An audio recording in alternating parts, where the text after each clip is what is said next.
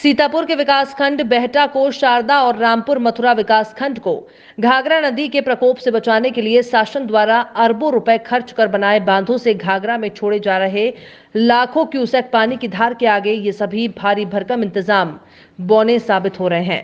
घाघरा की विनाश लीला से ग्रामीणों को बचाने के लिए कच्चे बंधे का निर्माण करीब 45 करोड़ की लागत से युद्ध स्तर पर किया गया है, लेकिन घाघरा की तेज जलधारा ने बंधे और ठोकरों को ताकत आजमाइश दिखाना शुरू कर दिया है। बंदे की तलहटी में बसे गांव में रहने वाले ग्रामीणों की सांसें फूल रही हैं। ग्रामीणों को बाढ़ से बचाने के लिए शासन प्रशासन कमर तो कसे है, लेकिन अभी बेहटा विकासखंड के दर्जनों गांव में शारदा नदी का पानी और रामपुर मथुरा विकासखंड के कुछ गांव में घाघरा का पानी घुस जाता है और ग्रामीणों का जीवन अस्त व्यस्त कर देता है।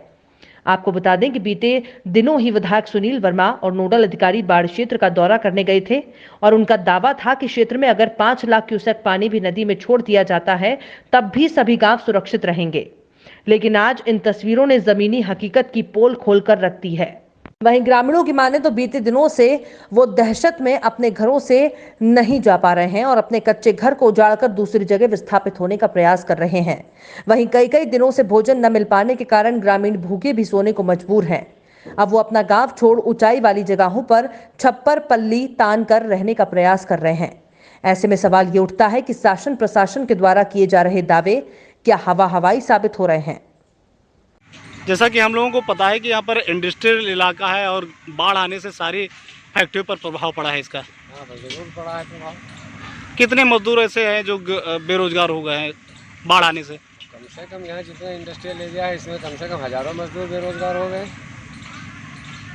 हो गए हैं। क्या नाम है आपका? गोपाल जी, ये बताइए कितने दिनों से बाढ़ का प्रकोप है?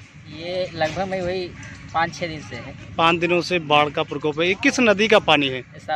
शारदा नदी का पानी है। तो कितने गांव प्रभावित होंगे?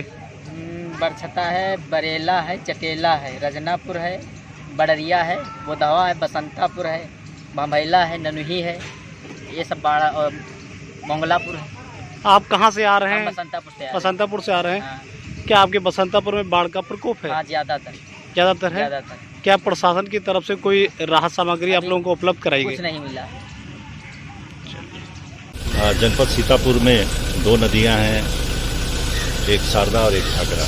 इसके अतिरिक्त गोमती नदी भी है, लेकिन गोमती नदी में आमतौर पे बाढ़ की स्थिति नहीं आती है, लेकिन शारदा और घाघरा 2 नदियां हिमालय पर्वत से निकलती हैं और इसमें काफ़ी ज़्यादा मात्रा में पानी आता है। उसका डिस्चार्ज जो है वो लगभग 3 लाख क्यूसेक चलता है।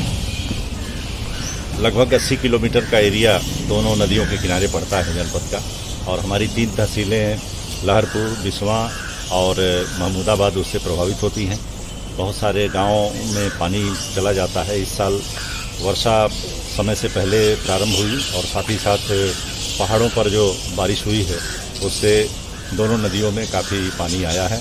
एक बार जब पानी अधिक हुआ था जुलाई के महीने में, तो लगभग हमारे 67 गांव प्रभावित हुए थे, और दोबारा अभी पिछले 3 दिनों से दोनों नदियों में पानी का प्रवाह ज़्यादा है और जो पानी नीचे घट गया था वो पुनः ऊपर आ गया है और 42 गांवों को प्रभावित किया है। उन गांवों में लोगों को सुरक्षित स्थानों पर पहुंचाना, इसके अतिरिक्त उन्हें विभिन्न प्रकार की जो सहायता है आवश्यकता के अनुसार उनके जो पैकेट हैं भोजन के वो देना या किट देना, उनके पशुओं को चारा देना, उनके उपचार की व्यवस्था करना, लोगों के स्वास्थ्य का ध्यान रखना आदि सब कार्यक्रम वहाँ पे चलाए जा रहे हैं।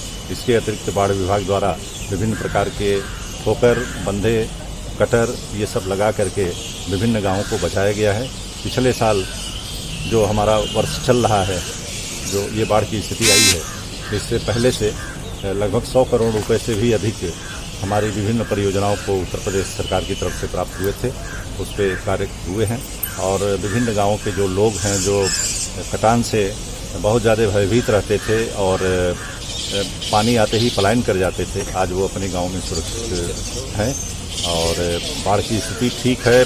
पानी बढ़ रहा है, घट रहा है, लेकिन लोग संयमित हैं और लोगों को हम लोग समय से हर सामान उपलब्ध करा रहे हैं, उनकी सहायता कर रहे हैं। हमारे जो माननीय जनप्रतिनिधिगण हैं उनसे हम लोग सहयोग प्राप्त कर रहे हैं और साथ ही साथ उन गाँव के जो ग्राम प्रधान हैं, जो गाँव के अन्य जागरूक लोग हैं और वहाँ के जो संसाधन हैं, उससे भी बाढ़ बचाव का कार्य किया जा रहा है।